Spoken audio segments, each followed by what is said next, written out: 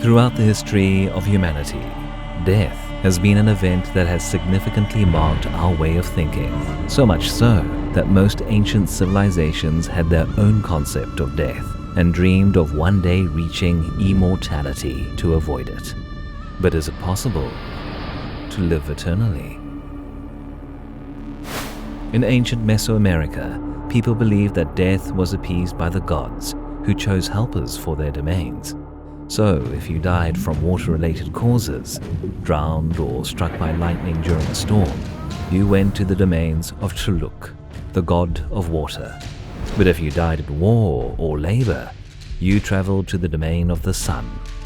In ancient Egypt, it was believed that earthly deaths was only a temporary interruption, since a human being had the possibility of living eternally in the hereafter. The Sikhs believe that the soul has to transmigrate from one body to another as part of its evolution. That is, they believe in reincarnation and think that when a person dies, his soul moves to another body. The fear of death is something natural in human beings, since we relate to it as the end of life. Ancient civilizations manifested this fear towards death, imagining that after this there is another life, and that somehow death is not the end. Sadly, based on scientific fact, the reality seems to point to death being the end of it all. There is no scientific evidence to support the idea that there is an afterlife, or that we are capable of reincarnating into another living being. Escaping death. Most modern religions believe that when someone dies, they are transferred to the realm of the dead. In the case of the Christian religion and all those derived from it, you have the concepts of heaven and hell. These ideas have always served as a temporary escape or consolation that gives us the illusion that when we die, it will not be the end, although everything points to that. The need to believe that there is more than just one life has always been an excellent way to escape reality, so much so that many have tried to prolong their lives as long as possible, so as not to go through the agony of dying.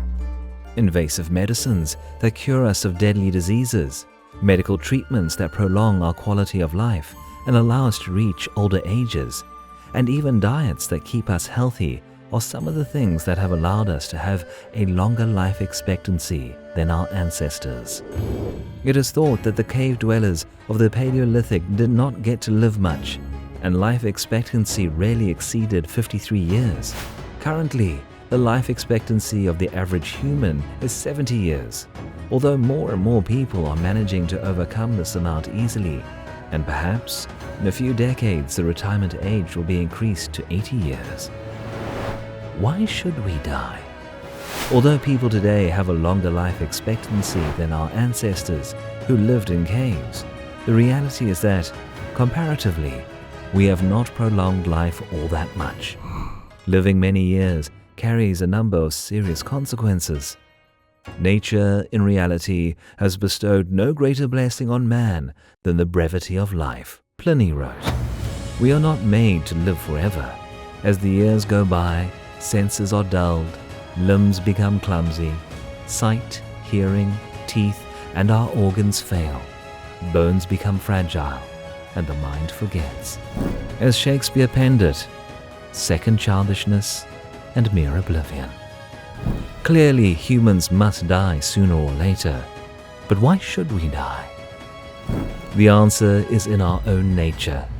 The human being reproduces through sex, and from the moment we are born, every cell in our body begins to divide again and again, shaping every organ and every tissue from which we are made. However, this cell division is not perfect. It has failures. Let's imagine that the cell division that occurs in our bodies is like taking a photocopy. If we take a photocopy of a picture and then take a copy of that copy, the more you replicate the image, the more it differs from the original. Details would have been lost as blemishes start to appear. This is precisely what happens with our body. As the years go by, the cells accumulate all those errors every time they divide. Those errors are then passed on to the next cell that also divides and passes those errors to the next, and so on. Old age is nothing more than the sum of all those errors that our cells have accumulated over the years, and as you can see, it is inevitable. We cannot prevent those errors from appearing every time a cell divides, since it is part of the cell division process written into our genes. Sooner or later, the sum of these errors will cause our bodies to stop working properly, and we finally die. Although we have prolonged life significantly, we are still not able to avoid death, and that may be a good thing, since living eternally would drive us crazy. Who wants to be immortal?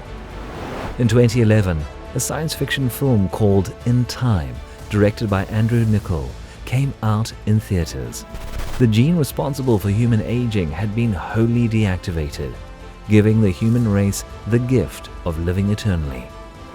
However, things get out of control when a man decides he no longer wants to live. Although he appears to be no more than 30, this man is over 100. Although his body looks young, his mind is exhausted.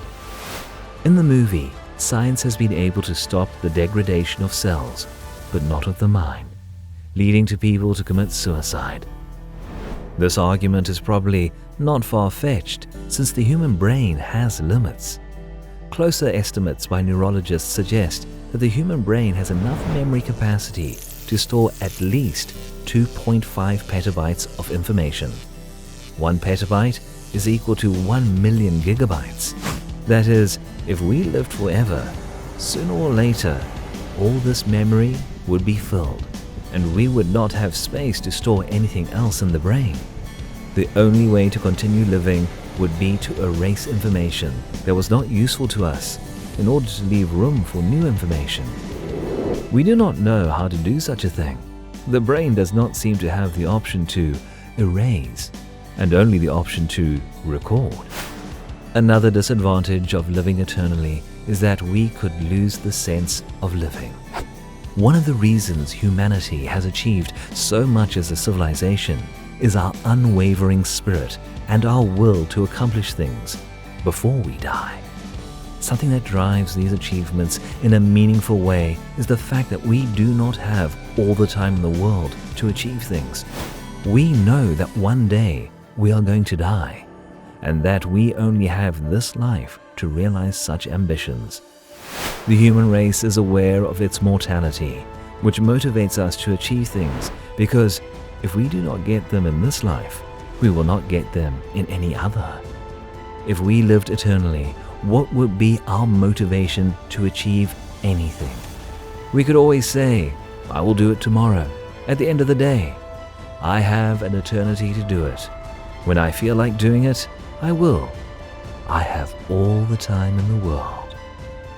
Living eternally takes away meaning from many things in our existence.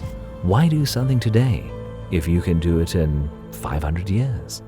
In short, we lose urgency, and without that, we lose the drive to move forward. Living forever is not human. Although the idea of living forever does not seem attractive to many, for the select few who desire it, they will likely have their chance in the distant future. As we explained earlier, our biological bodies that function through cell division are why we cannot live forever. Even if we manage to stop, in some inexplicable way, the aging of the body, we would have the problem that our mind could not store information eternally. To solve this problem, the only option we have left is technology. Currently, our technology is capable of storing immense amounts of information. Although there is a long way to go to imitate what our brain is capable of doing, it is possible that, in the future, we will be able to develop devices and computers so complex that they are capable of imitating or even surpassing the functions of the human brain. In this scenario, we could migrate our physical minds to artificial bodies with far better capabilities than standard humans, and thus prolong our lives indefinitely. We could change the pieces that wear out and store our minds in different brains, interconnected wirelessly.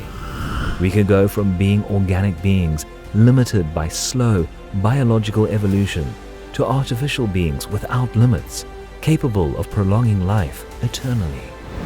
In this future, we would no longer be classified as human beings. We would transcend the human condition.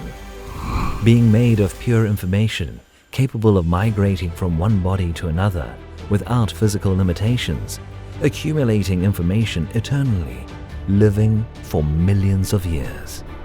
Although this scenario sounds very futuristic and science fiction, it would be the only way in which the human race could reach eternal life. The real question here is this: would there be anyone who would want to live eternally? Would a person be willing to give up their humanity to attain immortality? Would you?